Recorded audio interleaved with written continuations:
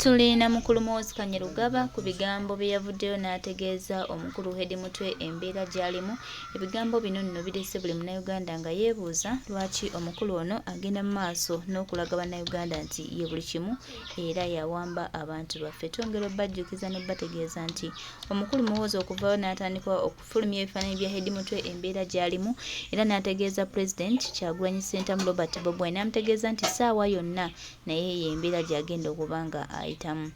Ebintu bino kireese ebibuuzo bingi. Abantu bali mu kwebuuza lwaki Muhoozi agenze mu maaso n'okuba nga alimu eyo embeera ey'okulaga nti be bawamba abantu ne babamutwalira n'abakola ebyo byawulira by'aba ayagala okubakola.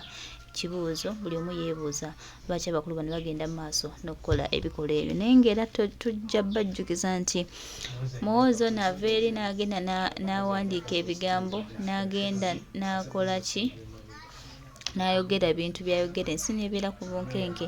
Neetwongera obbajjukiza n'obbategeeza Katonda y'alina ensonga era Katonda y'alina sse. Buli kimu Muhoozi tumuleke akikole naye obudde bwe nabwo bujja kutuuka. Bino bye bakola abaana b'abantu ne babawamba ne babasalako enviiri ne babakola bye balina okukola ne babatulugunya eyo mu safe houses zaabwe, time ejja tutuuka nga nabo bali mu kubiroozaako. Era twongera obbajjukiza n'obbategeeza nti Uganda eno ejja kununulwa. Buyinza obutaba bwa leero, buyinza obutaba nkya, buyinza obutaba luli, naye nga ffe tumanyi nti ejja kununulwa. Mwami Muhoozi, buli kimu kikole but your time is out.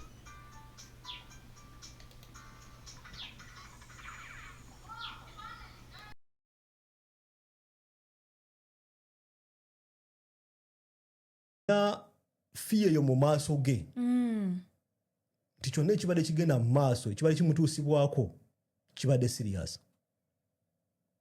Eyo face gy'olaba oba faces of fear zalina mu maaso ge. Omulaba nga azimbye initially wenkirabye ndowoozezza nti AI. Kyenkoze nzizeyo ku video za Hedi Mutwe.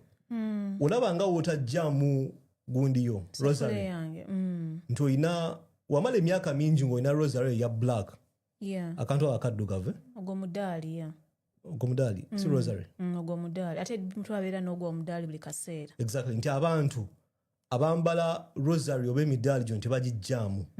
Kituufu. Bw'ogenda ku video za TikTok Hedi Mutwe zaakola akantu ako mwekali.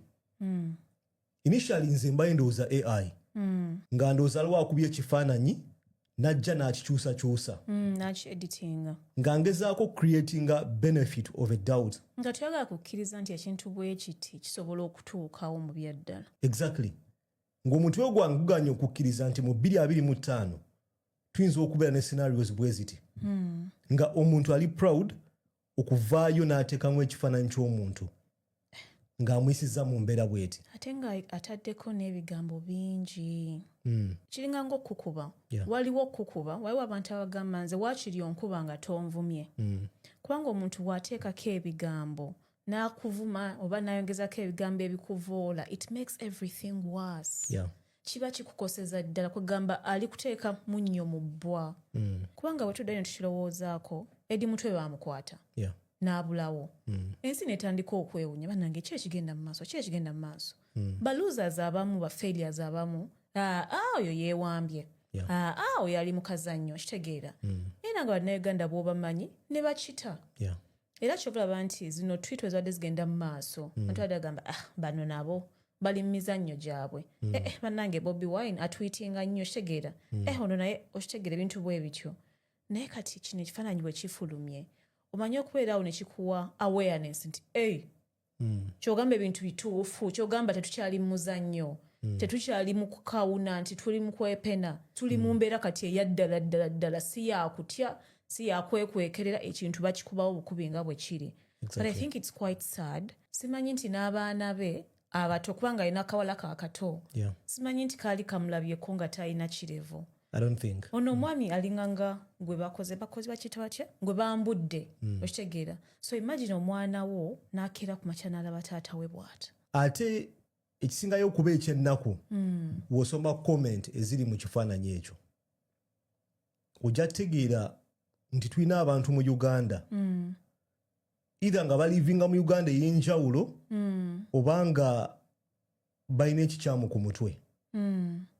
Nagambye eno video teri mu politics. Eno video tugikola ng'abantu. Nze personally singa table zaali ziri flipped sandikkiriza General Muhoozi kubeera mu position bw'eti. Nandikivumiridde. Ng'omuntu wandyagadde kulaba muntu munno. Exactly, ng'abonaabona bw'ati. Kijja kunkwasa ennaku. Siyinza kuvaayo ne celebrating nti waliwo ekimutuuseeko. Oba waliwo ekituuse ku family sisobola. Naye ate mu comment section y'ekino ekifaananyi ngenda zikuteerako ogenda laba bannayuganda abali insensitive. Bali mu nsi ki? Bali mu Uganda eyaddala. Kale sinansi ki? Bali ku nsi eno eya Katonda as in earth. Bali ku nsi eno eyaffe eya bulijjo oba bali mu space. Woziyitamu ogenda laba emoji eno ng'abantu baseka. Naye bannange. Ndowooza mwamukubye Taksin Maksado n'aseka. Bino si bya muzannyo. Buno obulamu bwa muntu. Eno life ya muntu kwegamba omuntu bali mumutulugunya. Ate evidence efulumye. Ate ng'oyita kikwese akugambye nti ali muyigiriza Lunyankole. Ali mu basement. Olaba omuntu wagamba basement ng'oyinza okisekeramu. Naye manyi basement ekitegeeza eri wansi eri. Like wansi ddala. Like active torture. Waliwo ono why is he crying n'aseka okitegeera. Ate ekyennaku w'oggula profile zino bano abantu tebali bulungi.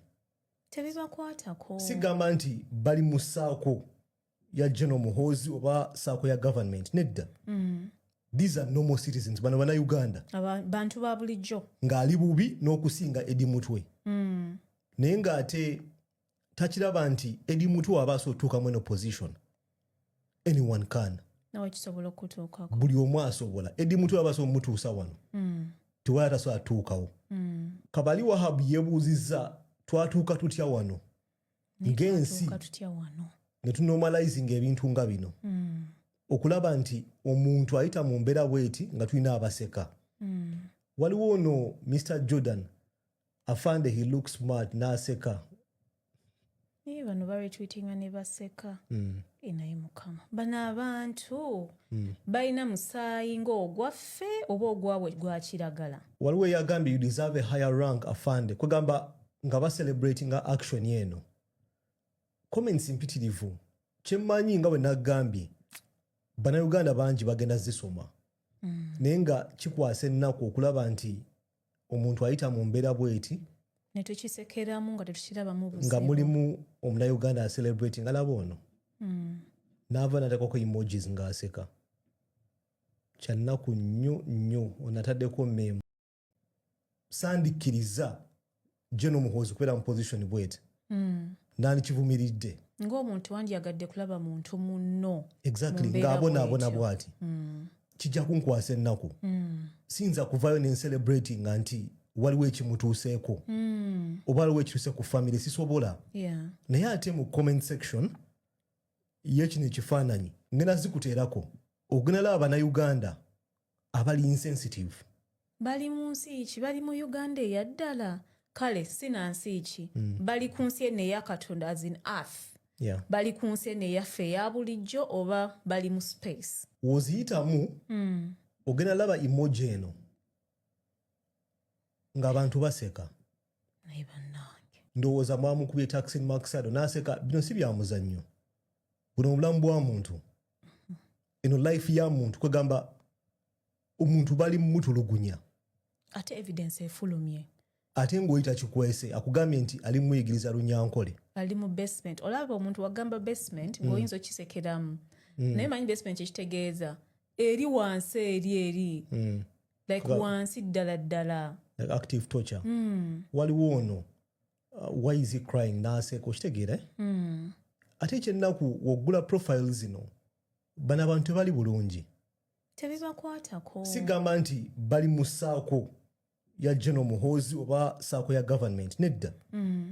These are normal citizens. Bano bannayuganda. Bantu ba bulijjo. Ng'ali bubi n'okusinga Eddie Mutwe. Naye ng'ate takiraba nti Eddie Mutwe abaasa otuukamu eno position. Anyone can.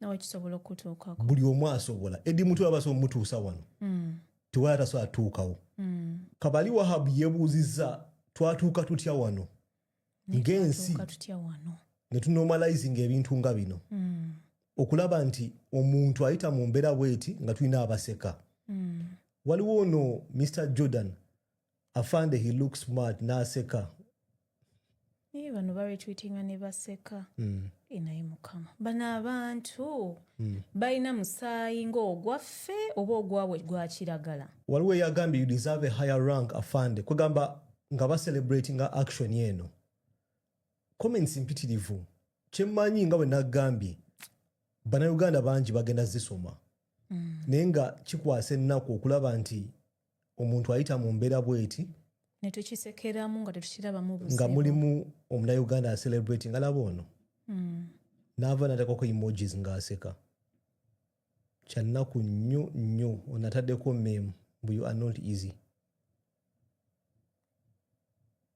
waliwo comment gyenoonya sikiraba yabalamu kyannaku nnyo okulaba nti Eddie Mutwe ayita mu mbeera bweti naye nga wenkugambye waba asobola okukiyitamu buli munnayuganda asobola erina okubeera wake up call eya buli muntu alowooza nti abantu bava ne banyumya stories zino balimba erina okubeera wake up call eri buli munnayuganda alowooza nti ebintu bibadde bya muzannyo bino si bya muzannyo these are not jokes naye abantu manyi babikola ne video n'agamba tekisoboka abo babizanyiddemu ne baseka ne babikolamu bumiimu nga bw'obulabyawo mu ezo comments naye nga ono omuntu aleseewo abaana be tebamanyi ddadi oba aliwa mukyala we tamanyi kikiddako like buli omu ali kwebuuza ki ekiddako omuntu waffe aliwa naye nosanga omuntu nga akoze video namba va ku comments n'akola video namba ng'aseka ng'atyoboola banne kino si kya